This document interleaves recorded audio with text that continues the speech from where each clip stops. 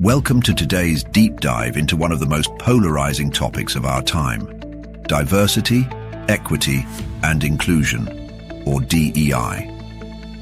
With recent policy shifts, including Trump's executive order to dismantle DEI programs, the debate has reached a boiling point. Is DEI a crucial step toward fairness and equality, or is it creating new barriers under the guise of inclusion? Join us as we explore both sides, real-world impacts, and what this means for the future of our workplaces and society. Okay, so have you seen this Reddit thread? The title is, do y'all think DEI is racist?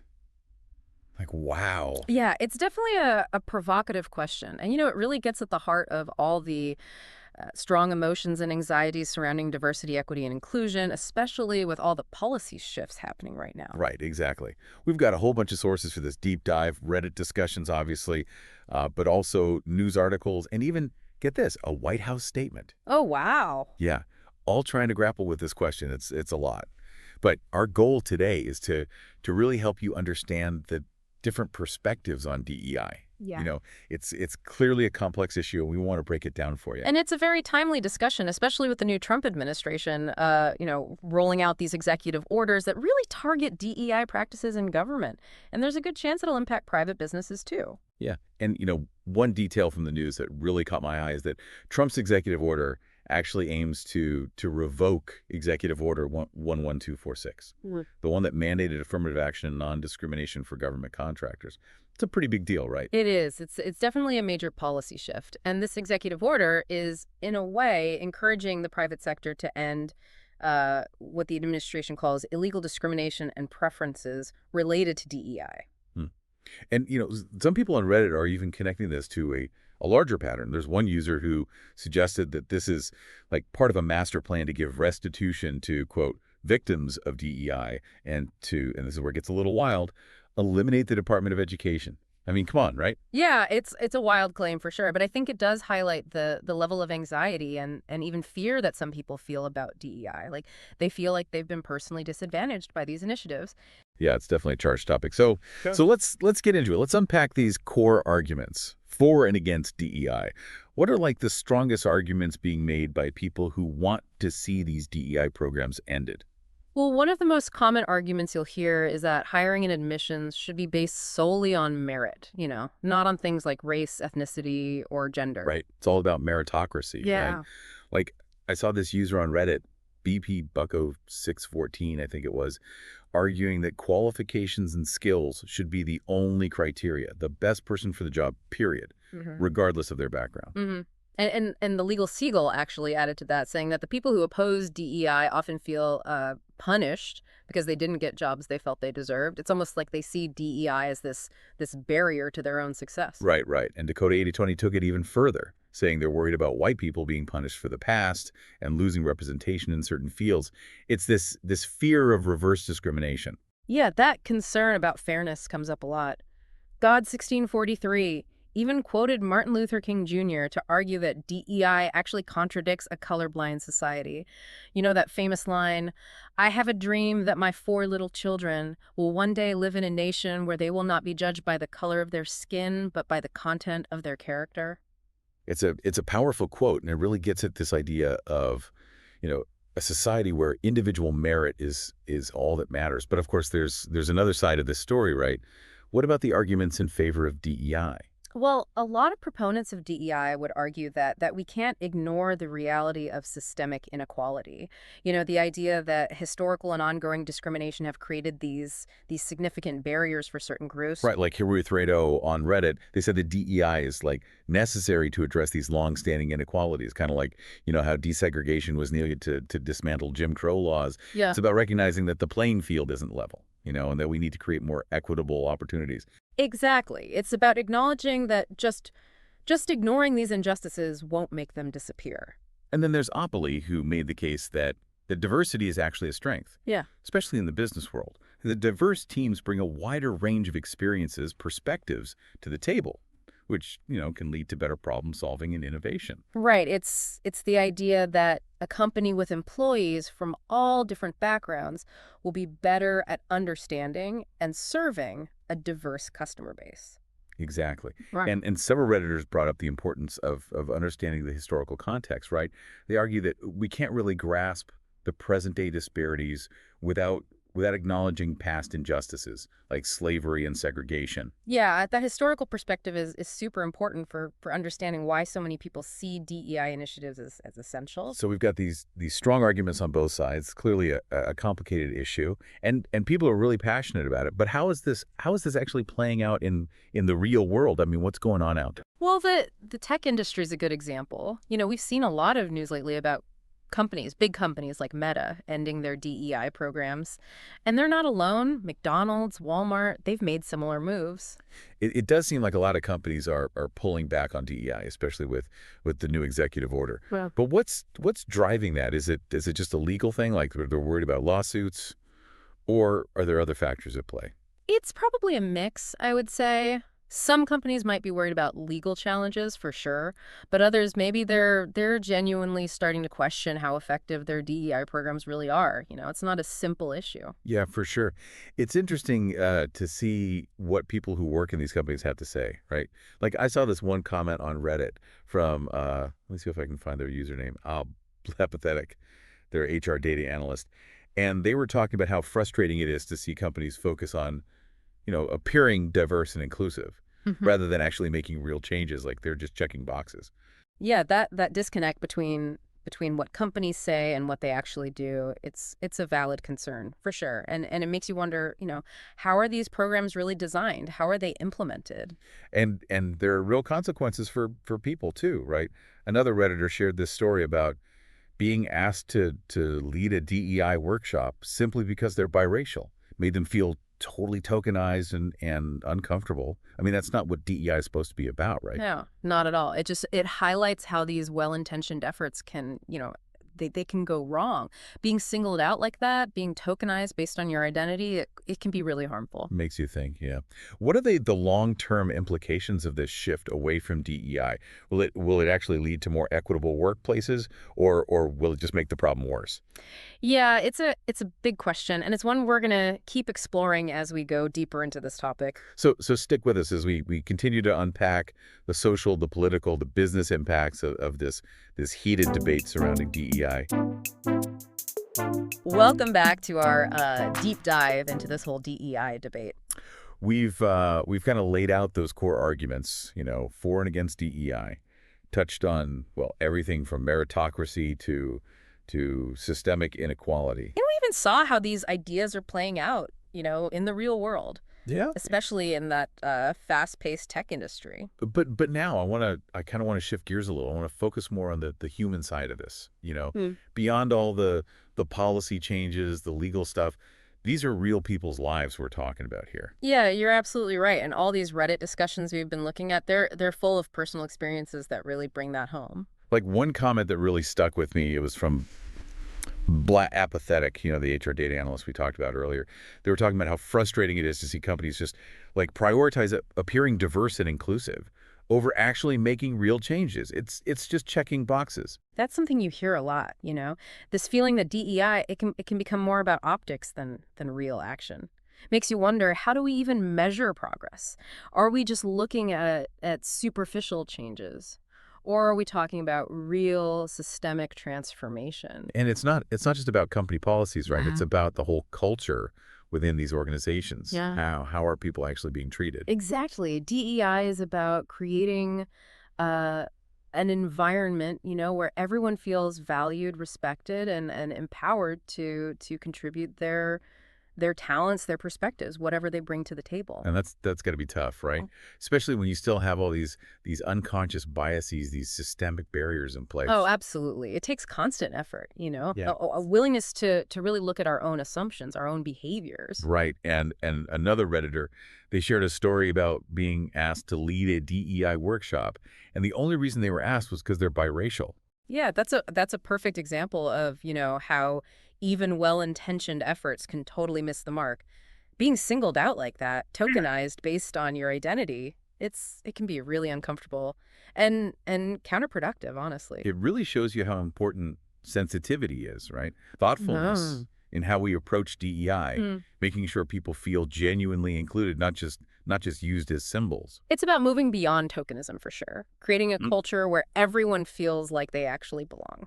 Speaking of the future, uh, you know, one Reddit thread got really interesting. This user, Laconic9, Yeah. they asked this really thought-provoking question. Oh, yeah, I remember that. They were wondering if this push to get rid of DEI programs, if it might actually backfire in the long run. Like, what happens if demographic shifts lead to a shortage of white engineers in the tech industry, for example? Exactly. It's almost like they're predicting this scenario where the same people who are pushing against DEI now, they might be the ones demanding it in the future. It's an interesting thought, right? It shows you how connected these things are, social forces, economic forces.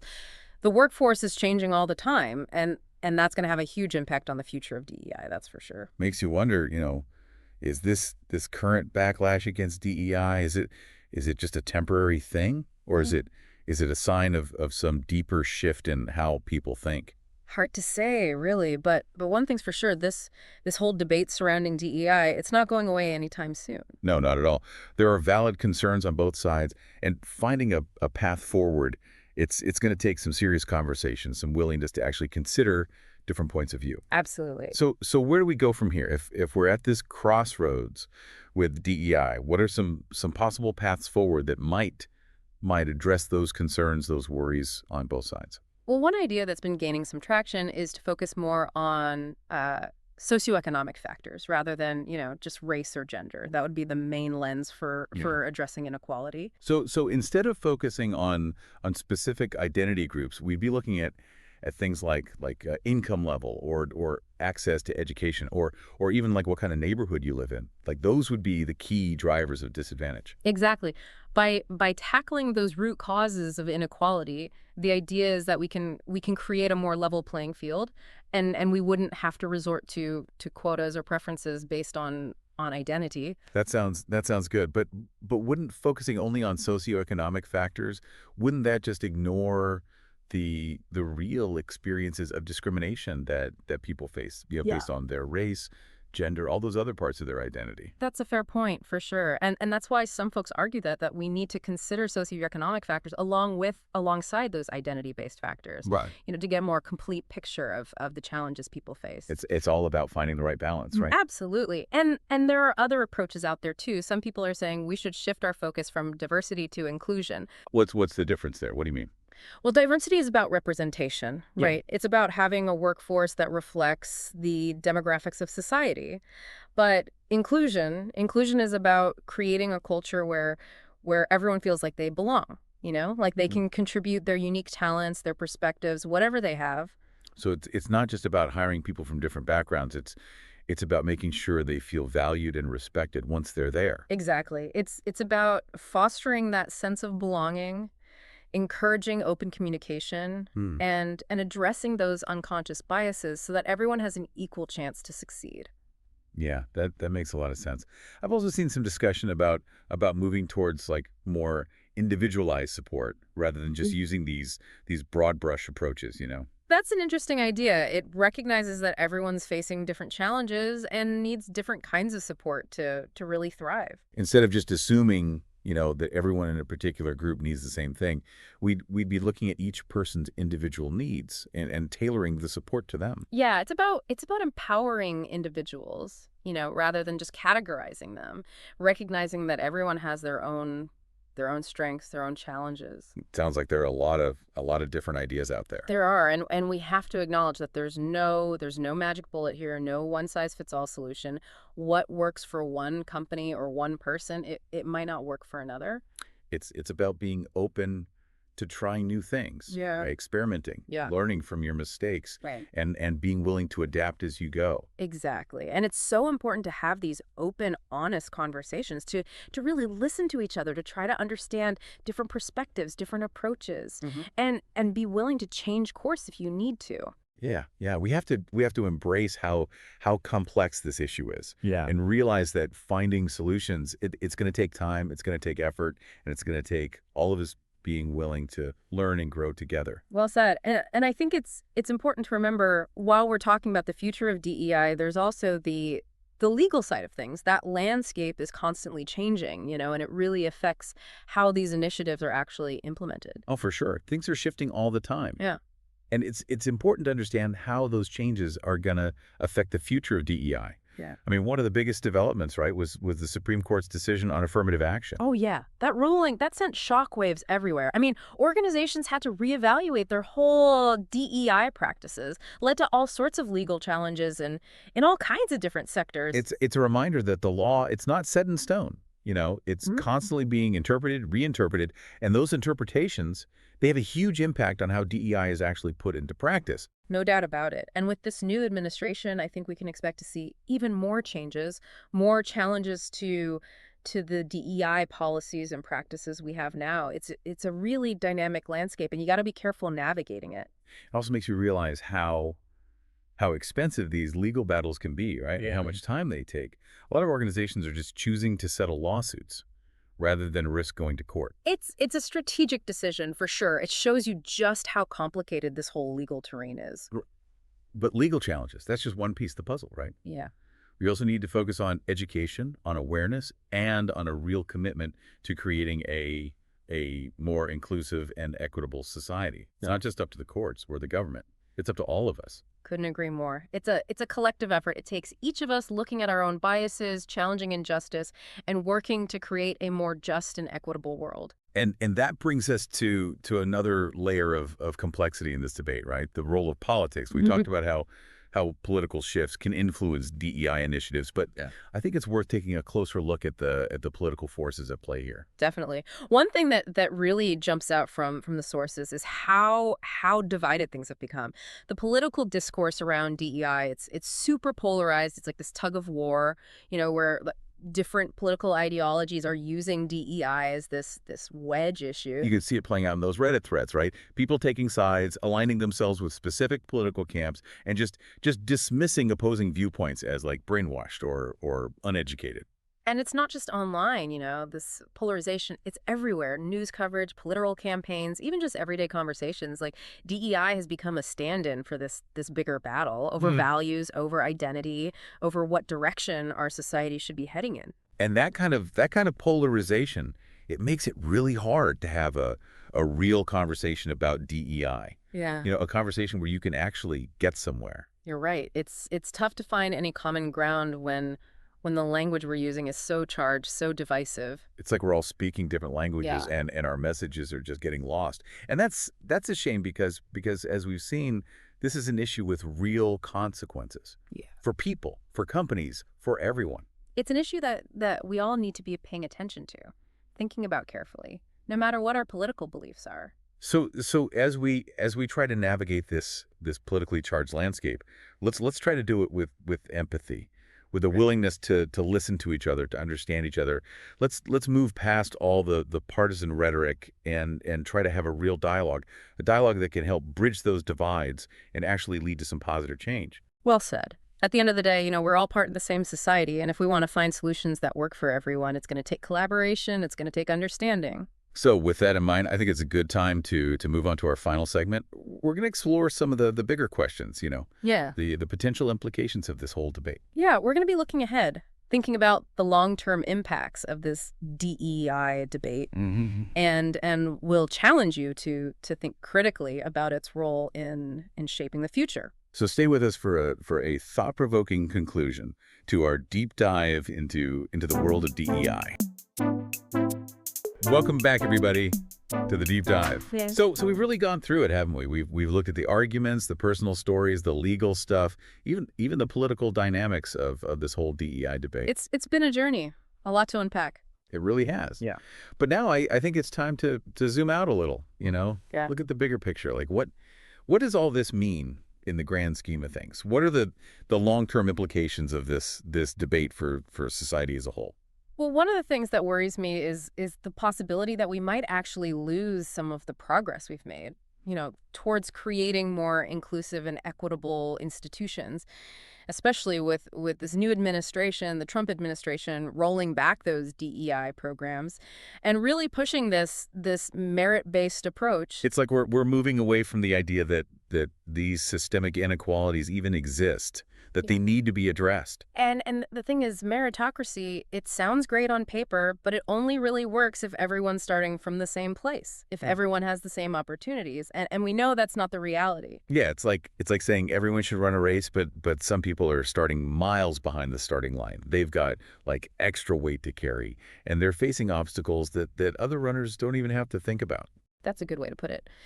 It shows why just getting rid of DEI programs without actually fixing those systemic problems, it's not going to lead to real equality. It's like putting a Band-Aid on a broken bone. Exactly. Might cover it up for a little bit, but it doesn't fix the problem. And that brings us to a really important question, you know. If we're getting rid of these DEI initiatives, what's going to take their place? It's a question a lot of people are asking, especially in those Reddit threads we've been looking at, and there's no easy answer. Some people are saying we should focus on those socioeconomic factors we talked about. Others are pushing for a more individualized approach, tailored support and resources.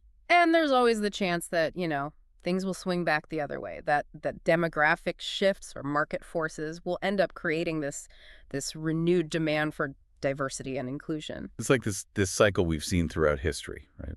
A push for progress, then a backlash, then another wave of progress. Yeah, it just shows you that social change, it doesn't happen in a straight line. There are going to be twists and turns along the way. And that's why it's so important to stay engaged, even when things get messy or uncomfortable. For sure. We're navigating this really complex, constantly changing landscape. And we have to stay curious, we have to challenge our own assumptions, and we have to be open to learning from people who see things differently than we do.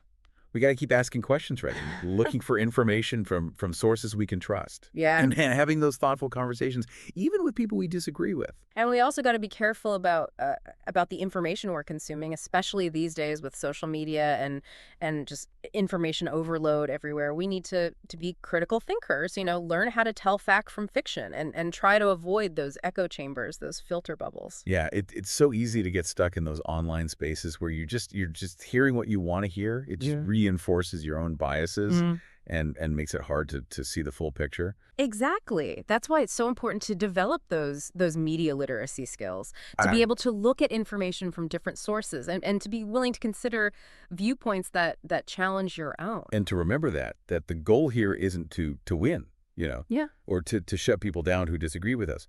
It's about finding common ground. It's about understanding each other, and it's about working together to create a society that's more just, more equitable for everyone. That's a great point, and one we should all keep in mind as we continue to grapple with all these complicated issues around diversity, equity, and inclusion.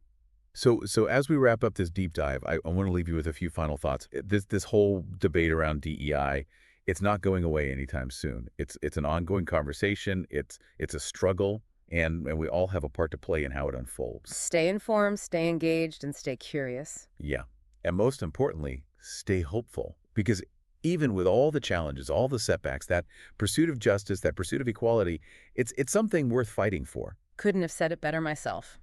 Thanks for joining us on this deep dive into the world of DEI. We hope you learned something. We hope you challenged your own thinking a little bit and maybe even had a few aha moments along the way. Keep exploring, keep asking questions, and keep those conversations going. Until next time, keep diving deep.